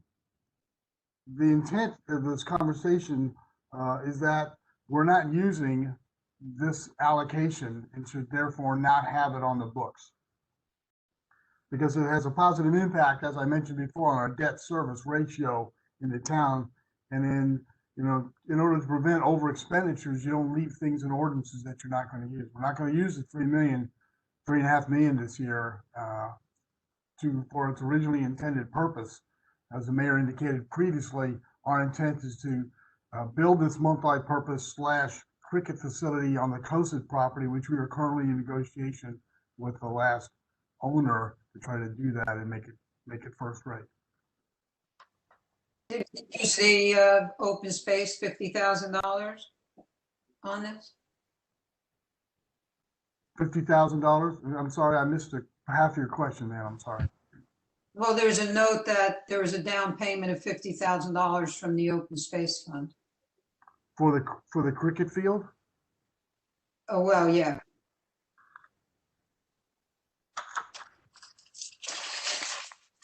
There's a note, we approved it in 2019. It said no down payment from open space, $50,000. That's probably just part of we were required to have a down payment for all notes that we do for open space. It's $50,000 per million, 5%. It's not uncommon. I don't know if it's $50,000 for this specific note, okay, for this cricket field, or for the general $11 million bond that we started this whole conversation. No, it's specifically for the cricket field. If we cancel it, then it goes back to then we don't use it. Okay. Thank you. You're welcome. I have a question on number 19, the last line there. Is there a world in which we would consider paying out all legal fees at the same time when all parties' interests have been settled, rather than one at a time over time as the resolutions are presented to us?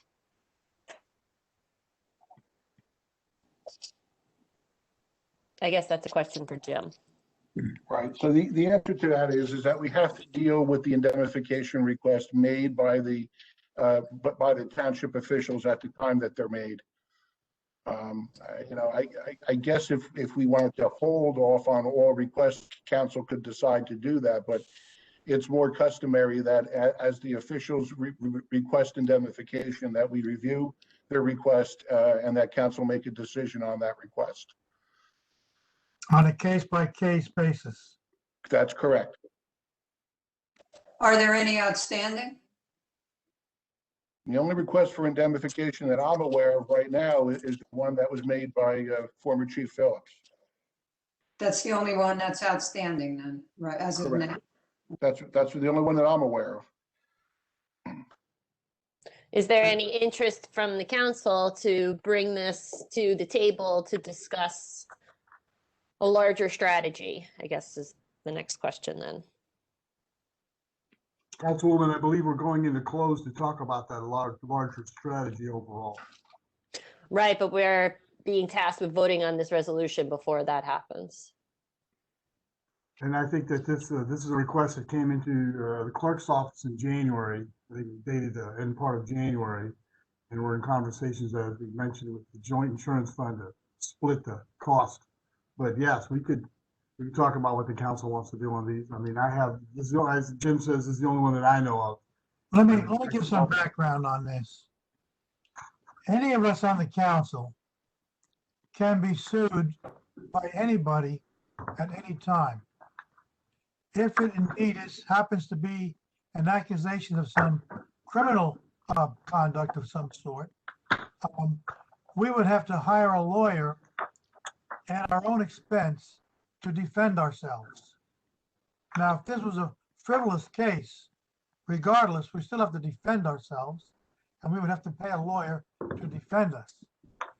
After we are found not guilty of whatever the accusation is, okay, the purpose of this is so that any of us on elected officials that get sued like this can ask for reimbursement on a charge that was charged against us as elected officials, and we were found not guilty, or the case was dropped.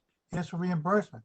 I think it's a fair request in most cases, and we had it once before. Jamie, when Jamie Barbario and John Inglesino were sued, they were found not guilty. Inglesino never asked us for reimbursement, but Jamie did. And we reimbursed his funds at that time. So this is not uncommon, and any of us can be sued at any time. So I suggest you think about it in those terms. We have no control over what people want to sue us for. Sure, I want to establish then that this is separate and distinct from any open litigation that's happening. Exactly. We have to consider each one on a case-by-case basis. And Right, Jim, your feeling is, go ahead. The request for indemnification here does not relate to any of the current civil actions that the township is involved in. This was a separate criminal complaint that was brought against Chief Phillips.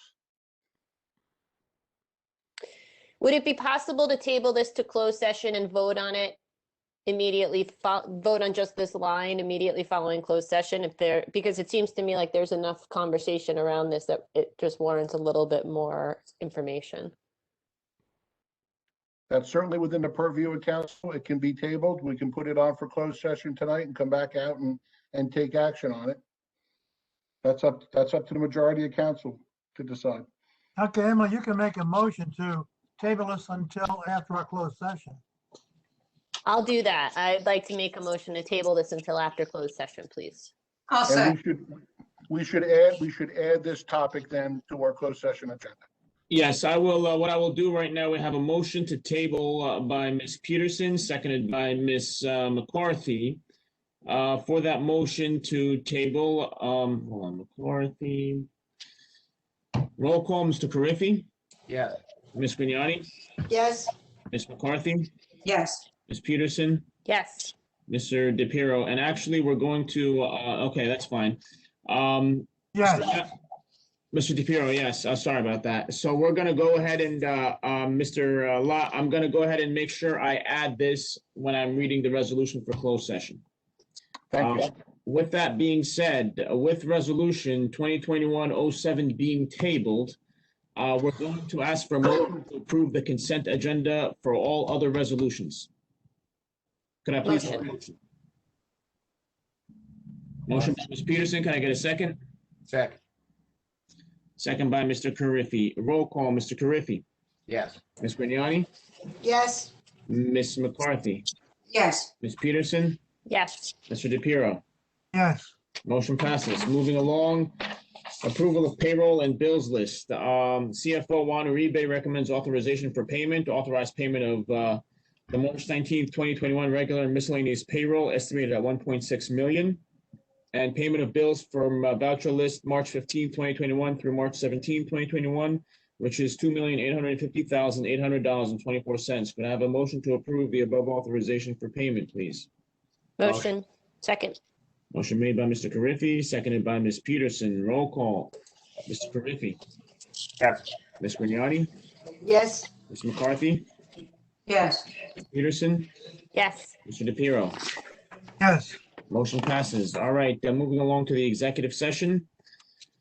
Resolution, whereas the Open Public Meetings Act, PL 1975, Chapter 231 permits the exclusion of the public from a meeting in certain circumstances, and whereas the Township Council is of the opinion that such circumstances presently exist, and whereas the Township Council wishes to discuss attorney-client privilege, contract expiration, No Country Club LLC, attorney-client privilege, municipal regulation of legalized cannabis, attorney-client privilege, litigation, Carriffy, v. Township Parsippany-Troy Hills, Carriffy 1, Carriffy 4, and perk arbitrations, and the authorization of the reimbursement of the legal expenses and disbursements in the amount of $10,051 incurred in the defense of retired police chief. And whereas the minutes will be kept, and once the matter involving the confidentiality of the above no longer requires confidentiality, the minutes can be made public. Now therefore be it resolved by the Township Council of the Township Parsippany-Troy Hills that the public be excluded from this meeting.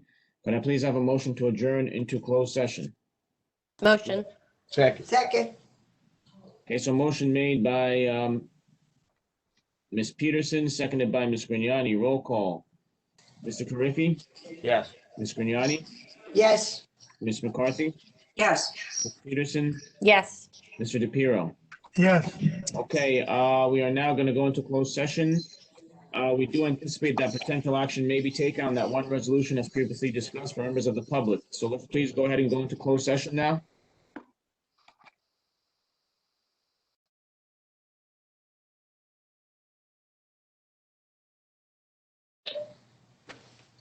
Okay, could I please have a motion to reconvene into open session? Motion, Second.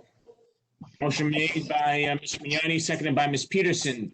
Roll call. Hold on. Ms. Grignani, yes. Ms. McCarthy, Yes. Ms. Peterson, Yes. Mr. DePiero. Yeah. Okay, we are now back into open session. For the record, Resolution 2021-57, which is number 19 on the consent agenda. No action will be taken on that for tonight, and it will remain tabled for the record. With that being said, could I please have a motion to adjourn the meeting? Motion, McCarthy. Second, Grignani. Okay, motion made by Ms. McCarthy, seconded by Ms. Grignani. Roll call, Ms. Grignani, Yes. Ms. McCarthy, Yes. Ms. Peterson, Yes. Mr. DePiero. Yes. We have made it through this meeting. Thank you all for your time, and you all have a great night. Good night. St. Patrick's Day. Good night. Good night. Eringo bra.